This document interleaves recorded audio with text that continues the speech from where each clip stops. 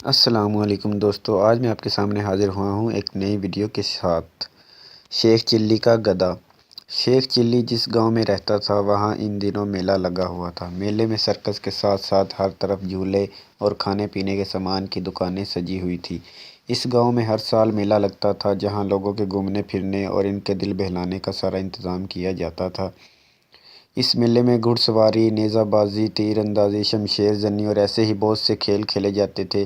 ان کھیلوں میں جو جیت جاتا تھا اسے باقاعدہ انعام دیا جاتا تھا اور ان مقابلوں کو جیتنے کے لیے گاؤں میں پہلے سے ہی تیاریاں شروع کر دی جاتی تھیں۔ شیخ چلی نے کبھی کسی مقابلے میں حصہ نہیں لیا تھا، لیکن وہ جب سنتا تھا کہ فلاں جیتنے والے کو انعام میں گھوڑے، بیل، گدھے، زمین اور دولت دی جاتی ہے تو اس کا بھی دل چاہتا تھا کہ وہ بھی میلے کے کسی مقابلے میں حصہ لے اور انعام جیتے۔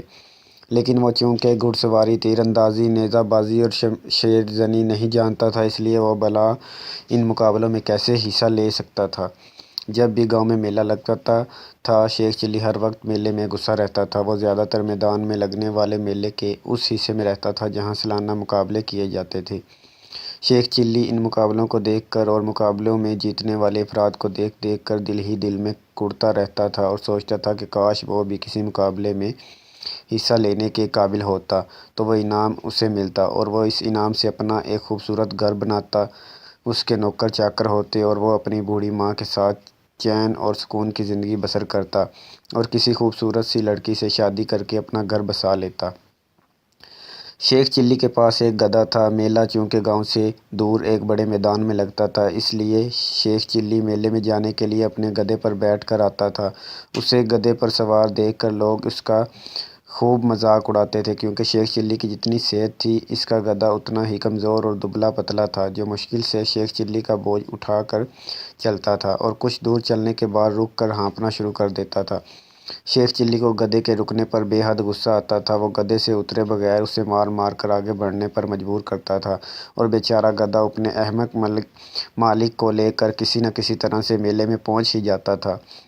شیخ چلی اپنے گدھے پر ہی بیٹھ کر پورے میلے کی سیر کرتا تھا اور پھر جب اسے مقابلے دیکھنے کے لیے جانا ہوتا تو وہ گدھے کے جانوروں کی اصطبل میں لے جا کر باندھ دیتا تھا جو میلے میں آنے والے لوگوں کے گھوڑوں اور دوسرے جانوروں کے رکھنے کے لیے خاص طور پر وہاں بنایا جاتا تھا۔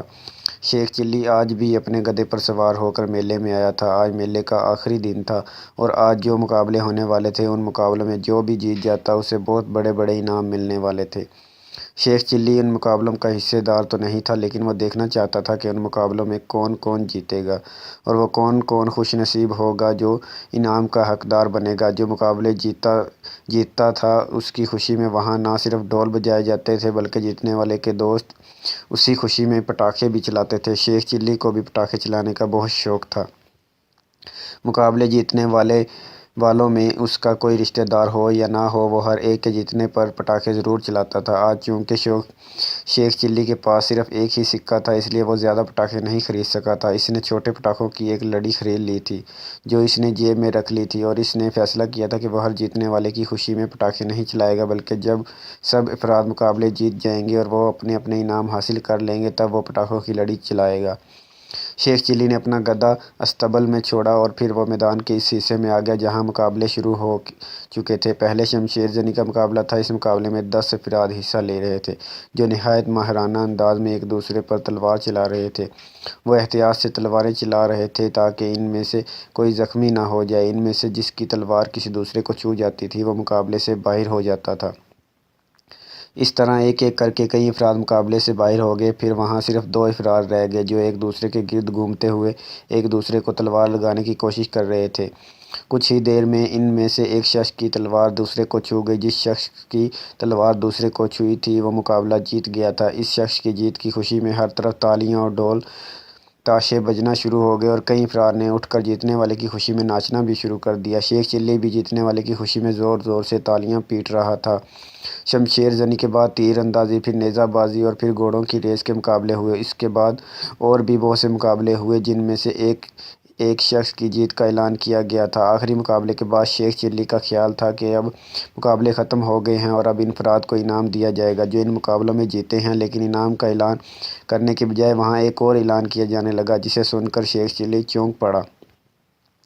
اعلان کیا جا رہا تھا کہ اس سال میلے کا آخری مقابلہ گدھوں کی دوڑ کا ہوگا۔ اس دوڑ میں جو لوگ اپنے گدھوں پر سوار ہو کر ریس لگائیں گے اور ان میں سے جو سب سے پہلے ایک مخصوص جگہ تک پہنچ جائے گا وہ جیت جائے گا۔ اور گدھوں کی اس دوڑ میں جیتنے والے خوش نصیب کو نہ صرف انعام دیا جائے گا بلکہ اس سے پہلے دوسرے مقابلوں میں جو افراد جیتے تھے ان سب کے انعام بھی گدھوں کی دوڑ میں جیتنے والے شخص کے ہاتھوں سے دیا جائے گا۔ گدھوں کی دوڑ کا سن کر شیخ چلی کا دل بے اختیار دھڑک اٹھا۔ اس کی آنکھوں میں چمک سی آ گئی تھی۔ وہ دل ہی دل میں سوچنے لگا کہ اگر وہ اپنا گدھا میدان میں لے آئے تو وہ اس مقابلے میں جیت سکتا ہے۔ جیت جانے پر اسے انعام بھی ملے گا اور اسے یہ اعزاز بھی دیا جائے گا کہ وہ پہلے مقابلے جیتنے والوں کو اپنے ہاتھوں سے انعام دے سکے۔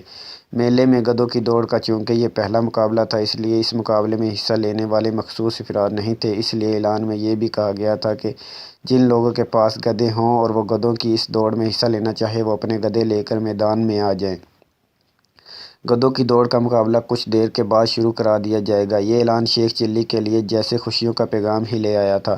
شیخ چلی نے خیالوں میں خود کو بڑا انعام حاصل کرتے، انعام کی دولت سے اپنے لیے شاندار محل بناتے، نوکروں چاکروں کو حکم دیتے اور حسین لڑکی سے شادی کرتے دیکھنا شروع کر دیا۔ وہ باغم باغ استبل میں گیا اور وہاں سے اپنا گدھا نکال لایا۔ اس کا گدھا کمزور اور مریل سا تھا۔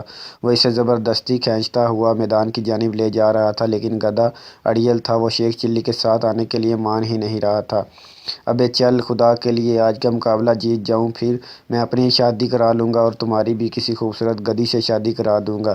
بس ایک بار، صرف ایک بار میرے ساتھ میدان میں چل کر دوڑ لگاؤ، پھر میں تم پر کبھی سوار نہیں ہوں گا۔ تم کہو گے تو میں تمہیں جیت کی خوشی میں اپنے کاندھوں پر اٹھا کر لے جاؤں گا۔ شیخ چلی نے گدھے کے سامنے آ کر اس کے سامنے باقاعدہ ہاتھ جوڑتے ہوئے کہا۔ گدھے نے گدھی سے شادی والی بات چاہے نہ سنی ہو لیکن یہ سن کر گدھا فوراً شیخ چلی کے ساتھ چل پڑا کہ واپسی پر شیخ چلی اسے کاندھوں پر اٹھا کر لے جائے گا۔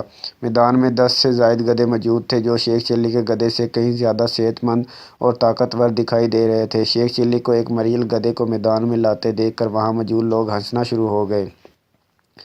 شیخ چلی، اس گدھے کی بجائے میدان میں موجود گدھوں کے ساتھ تم بھاگنا شروع کر دو تو ان گدھوں سے تم جیت جاؤ گے۔ اس مریل گدھے نے دوڑ میں کیا جیتنا ہے؟ شیخ چلی کے ایک جاننے والے نے چیخ کر کہا لیکن شیخ چلی نے اس آواز پر کان نہ دھرا اور اپنا گدھا لے کر دوسرے گدھوں کے پاس آ گیا۔ جن افراد نے گدھوں کی دوڑ میں حصہ لینا تھا وہ اپنے اپنے گدھوں پر سوار تھے اور تمام گدھے ایک سیدھ میں کھڑے تھے۔ شیخ چلی نے بھی اپنا گدھا اس سیدھ میں کھڑا کیا اور پھر وہ اچھل کر گدھے پر سوار ہو گیا۔ گدھا اس کے وزن سے ایک بار جھکا جیسے وہ بیٹھ جائے گا لیکن شیخ چلی نے فوراً اس کی گردن پر پیار کرنا شروع کر دیا تو گدھا اس کے وزنی جسم کو اٹھائے کانپتا ہوا اپنی ٹانگوں پر کھڑا ہو گیا۔ مقابلہ شروع کرنے کے لیے میدان میں موجود ایک شخص زور سے باجا بجاتا تھا اور اس باجے کے بجتے ہی مقابلہ شروع ہو جاتا تھا۔ جب شیخ چلی اپنے گدھے پر سوار ہوا تو باجا بجانے والے نے مقابلہ شروع کرنے کے لیے یک لخت باجا بجا دیا۔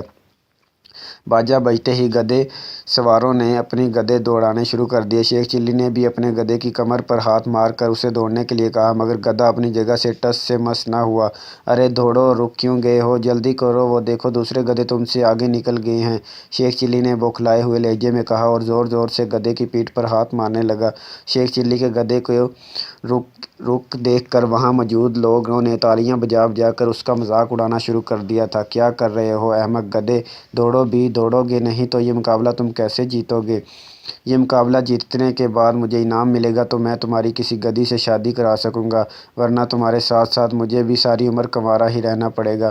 دوڑو، تیز دوڑو۔ شیخ چلی نے ایک بار پھر اپنے گدھے کی منتیں کرنا شروع کر دی اور گدھے کو جیسے شیخ چلی پر ترس آ گیا اور اس نے قدم آگے بڑھانا شروع کر دیے لیکن اس کا ترس اس سے حد تک تھا کہ وہ دوڑنے کی بجائے آہستہ آہستہ قدم اٹھا رہا تھا جس پر لوگوں نے شیخ چلی اور اس کے گدھے کا اور زیادہ مذاق اڑانا شروع کر دیا۔ اس طرح چلو گے تو ہم جیتیں گے کیسے؟ گدھے کے بچے، بھاگو، تیز بھاگو، شیخ چلی نے غصیلے لہجے میں کہا لیکن جیسے گدھے کے کان بند تھے اور وہ شیخ چلی کی بات سن ہی نہیں رہا تھا۔ وہ مزے مزے سے قدم اٹھاتا ہوا آگے بڑھ رہا تھا اور آگے جانے والے گدھے اس سے بہت دور نکل گئے تھے جو پورے میدان کا چکر لگا کر واپس اسی جگہ لوٹ کر آنے والے تھے اور ان میں سے جو گدھا اپنے سوار کو لے کر واپس آ جاتا وہ یہ مقابلہ جیت جاتا اور شیخ چلی کا مریل گدھا تو جیسے دوڑنے کا نام ہی نہیں لے رہا تھا۔ شیخ چلی نے اسے زور زور سے مارنا شروع کر دیا۔ وہ گدھے کی منتیں کر رہا تھا لیکن گدھا جو تھا ہی گدھا، وہ بھلا شیخ چلی کی بات کہاں سننے والا تھا۔ جب شیخ چلی نے آگے جانے والے